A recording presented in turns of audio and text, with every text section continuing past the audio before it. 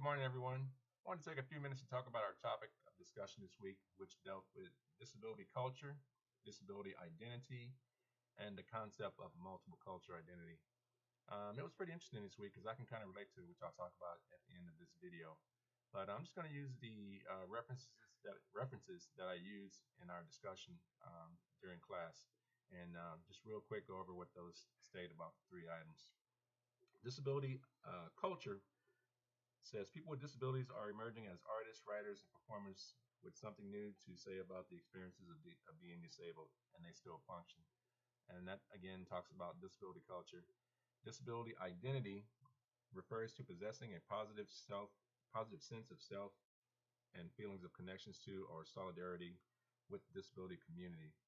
To me, those two, culture and identity, kind of overlap each other and they relate simply because they embody a group of people who are disabled who are still able to function. There's a little bit of unity involved because they meet and interact with other people who still can accomplish tasks and do different things, whereas maybe before they were told or were labeled that they could not because of whatever their respective disability was. Um, Multiple simply refers to a larger group of people from different cultures, different backgrounds who, like the other two, the first two, can still interact, still be disabled, but from different backgrounds. It could be race, it could be whatever the disability itself is, it could be country of origin, whatever it is, and they um, still can do whatever it is they need to do.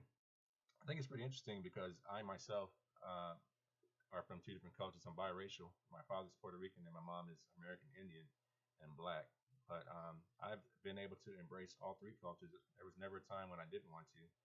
I'm fluent. I speak perfect Spanish, and just wanted to have a knowledge of all three. I think as a person, it makes me more um, able to relate to other people culture-wise, and it takes me out of having like a tunnel vision type thing. And just think that's a good quality to have, whether being biracial or not. And I think part of the problem with our country is that most people don't do that. They stick to whatever little box or area they're in, and they don't really deal with or worry about what somebody else is going through. I think that same thing applies to being disabled, whereas people see disabled people and they kind of get out of their way and they can't relate to whatever it is they're going through. So non-disabled folks just kind of stick to their own thing. Nobody can really relate to what a disabled person is going through. Being in the military, I kind of have that advantage as well because just yesterday I was at the VA hospital and I noticed that there were several groups of people just kind of standing around and talking with themselves. There were some that were in wheelchairs that were talking. There were some that had on their hats, Air Force, Army, that were talking, and it was just a big culture, if you will, of folks that were just kind of doing their own thing, and I thought that was pretty cool. And I thought it was ironic because this subject this week talked about that very thing. So that's my take on this week for culture, disability culture, identity, and that's where I'm at this week. So I look forward to seeing your videos as well. And otherwise, you guys have a great week. Thank you.